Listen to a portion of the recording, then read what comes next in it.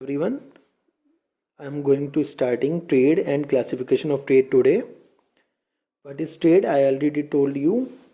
Trade refers to buying and selling of goods and services. And the aim of these buying and selling of goods is earning profit. So, trade is buying and selling of goods and services with the aim of earning profits. हम क्यों करते हैं व्यापार इसलिए करते हैं सामान को खरीदने बेचने के लिए, ताकि खरीदते बेचते इसलिए हैं ताकि हमें उससे खरीदने पर और फिर उसे बेचने पर कुछ लाभ प्राप्त हो जाए। सस्ता खरीदना और महंगा बेचना। जो लोग ट्रेड करते हैं उन्हें क्या कहते हैं? Traders. The persons who are engaged in trade are known as traders और middleman. Now we are talking about classification of trade. Trade को हम दो पार्ट्स में डिवाइड कर सकते हैं, दो ब्रॉड कैटेगरीज में डिवाइड कर सकते हैं। First one is internal trade and second one is external trade. Now we are talking about internal trade. Internal trade क्या होता है? इंटरनल ट्रेड होता है वो ट्रेड जो जोग्राफिकल बाउंड्रीज में हो किसी कंट्रीज की। जोग्राफिकल बाउंड्रीज का मतलब किसी देश की सीमा के अंदर ही किया जाए, उस ट्रेड को इंटरनल ट्रेड कहते हैं। जैसे आप सामान को इंडिया में ही बेचते हैं, इंडिया से ही खरीदते हैं, इंडिया के बाहर से आपका कोई भी बिजनेस का रिलेशन नहीं है, तो ऐसे बिजनेस को कहा जाएगा internal trade. Buying and selling of goods and services within the geographical boundaries of a country. Buyer और सेलर दोनों कहाँ से हैं? इंडिया से हैं, तो ऐसे ट्रेड को क्या कहेंगे? Internal trade. इंटरनल ट्रेड को हम फर्दर दो कैटेगरीज में डिवाइड कर सकते हैं, होलसेल ट्रेड, रिटेल ट्रेड। और ये आप अच्छी तरह जानते हैं।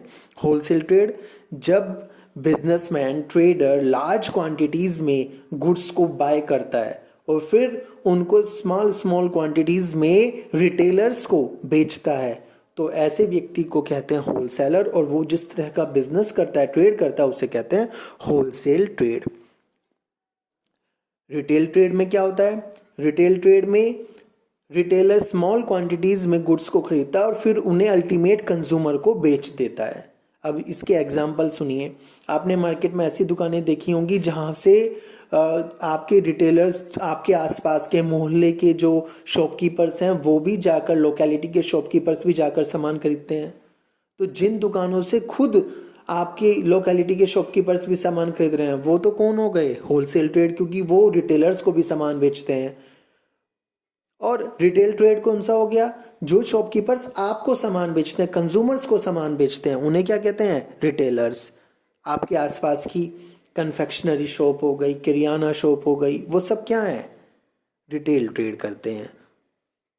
वो स्मॉल क्वांटिटीज में होलसेलर से सामान खरीदते हैं और कंज्यूमर्स को डिलीवर करते हैं with the exchange of money.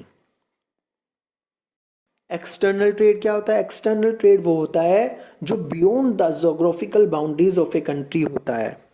Buying and selling of goods and services with in 2 और मोर कंट्रीज, जहां पर बायर और सेलर अलग अलग कंट्रीज से रिलेशन रखते हों, ऐसे ट्रेड को क्या कहा जाएगा? External trade. जब हम फॉरेन कंट्रीज में भी अपने सामान को खरीदेंगे और बेचेंगे तो वहां पर क्या होगा?